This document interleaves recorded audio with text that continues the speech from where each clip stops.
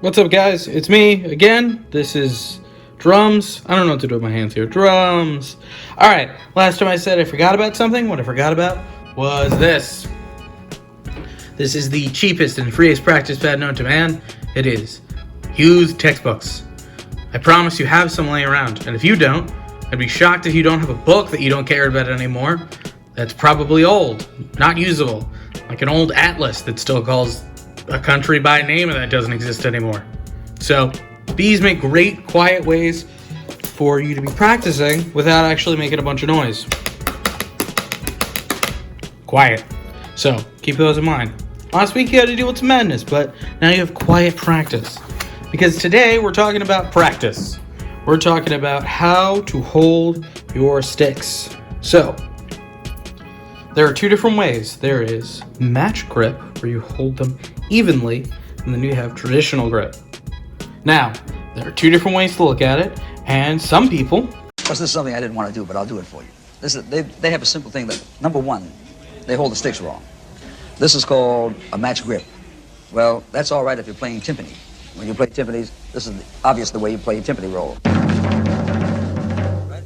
But you can't do the same thing up here on a snare drum.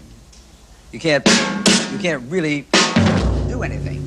The correct way is the drum way, right? Where you can roll, where you can get around. You can get around that way. Most kids today, they play.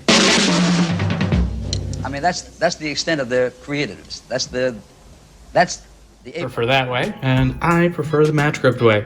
I don't think it has as many dynamic issues as the gentleman in there, Buddy Rich, said. But that's a personal taste thing. Everything you do is personal taste. There is no wrong way. All right, now we got our drum back in. I want you to be able to hear it. So today, we're going to talk about some basic practices. All right, the first one is right and left. Now, we're always going to be counting in terms of 4. We're going to be counting in terms of 4 for one very specific reason, and that is because most music counts in 4/4 time, which is called common time. So it is 1, 2, 3, 4, 1. 1, 2, 3, 4, 2. 1, 2, 3, 4, 3. 1, 2, 3, 4, 4. So when somebody says a 4 count, they're looking for a 4 count and they're going to do 4 measures. So for this practice, this first one, I want you to do 1, 2, 3, 4. That's it. 1, 2, 3, 4. It's a simple practice technique just to get your arms loose and your wrists loose. My wrists look gigantic on this camera angle, but loose. So just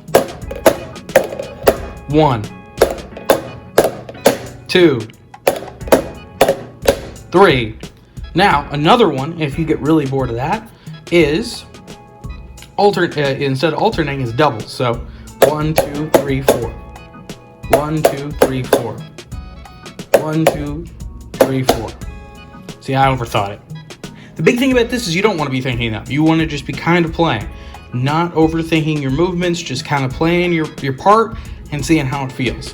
So, those are your two that you really want to practice just to kind of get your arms loose and get prepared. Now, that's not to say that you shouldn't just lay out your buckets and start going ham It's really good to just kind of get yourself excited and have a good time, but you still want to start with trying to keep the idea of counting. Most of drums is counting. Like 99% of it is counting. Technique is incredible, but someone can have the best techniques on the planet, but if they can't count and they can't keep rhythm, it will sound bad. All right, now I have one more I want to show you guys. It's pretty simple.